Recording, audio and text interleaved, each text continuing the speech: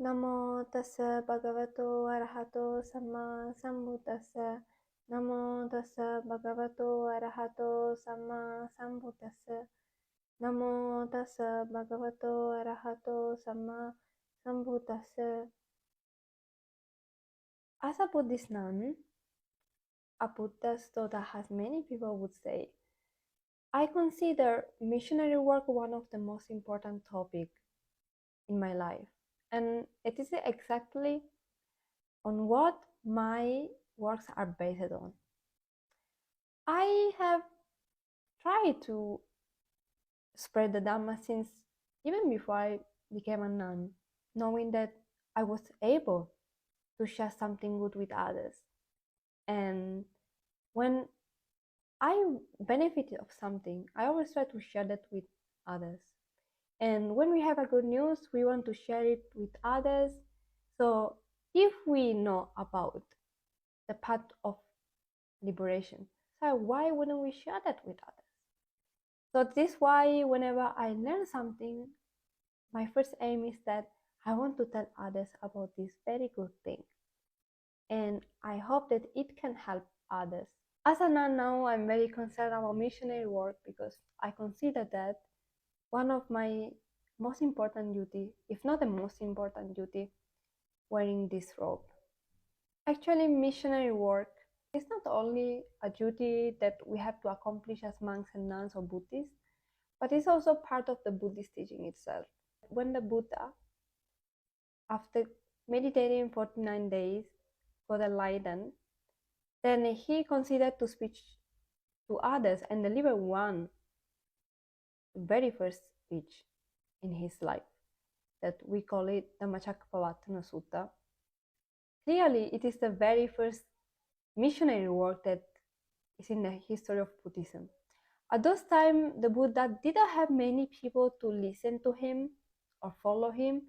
He just had 5 disciples. These 5 disciples were the Kondanya, Asajipadya, Papa, and Mahanama.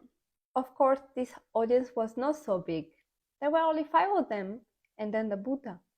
But this speech was so powerful that Kondanya obtained the wisdom eye and asked to be ordained as the first bhikkhu.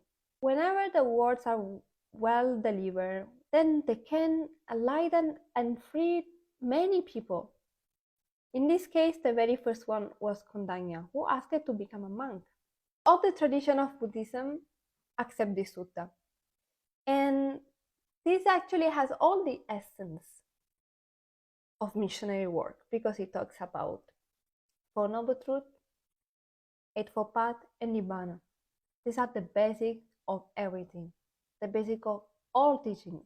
Not only these 5 ascetics, Yasa was one of the first missionary in Buddhism.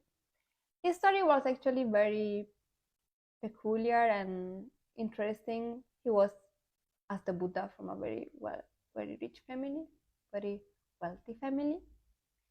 And he was always surrounded by dancers, beautiful women, whatever you want, he got it. But once, after one of his musical events at his place, he have seen the dancers and singers sleeping in very unbecoming postures, positions. And it reminded them of that because they look like dead bodies.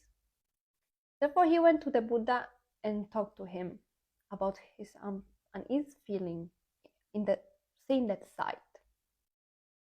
Then the Buddha has talked to him and he got peace of mind with that. And he became a bhikkhu.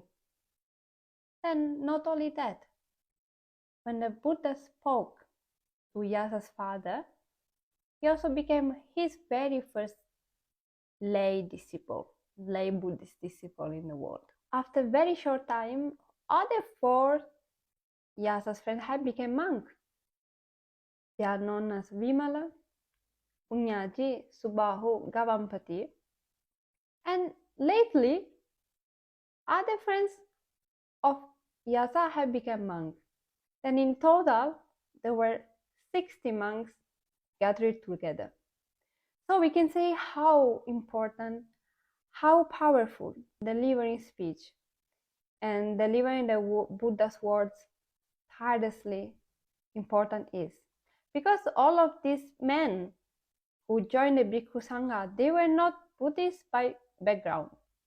But anyhow, when they heard the Buddha's word, they recognized that it was a good path for them. This is why I consider that as a very important, very essential duty for Buddhists, especially monastics. At this stage, when the Buddha could collect together 60 monks, he delivered a very, very nice discourse that is mentioned in Mahavagga, but I want to say the very, very first important lines in that.